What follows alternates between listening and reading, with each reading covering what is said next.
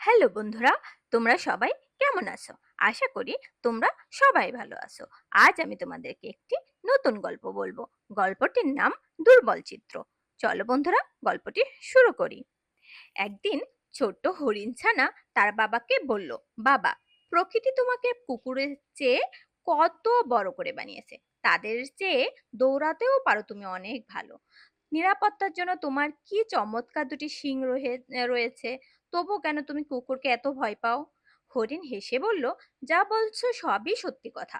তবু কেন জানি না, কুকুরের ডাক শুনলেই আমার মনে দৌড়ে পালাবার অদম্য ইচ্ছা জেগে ওঠে। বন্ধুরা, এই গল্প থেকে আমরা যা শিখতে পারলাম তা হলো যে জন্ম কাপুরুষ, তার মনে কোনো মতেই সাহসের সঞ্চয় করা যায় না। সাহস শুধু শক্তি বা অস্ত্রের নাম নয়, সাহস জন্মায় হৃদয়ে। আর যারা ভিতর থেকে ভয় পায় তাদের কাছে বড় কোনো গুণই কাজে আসে না।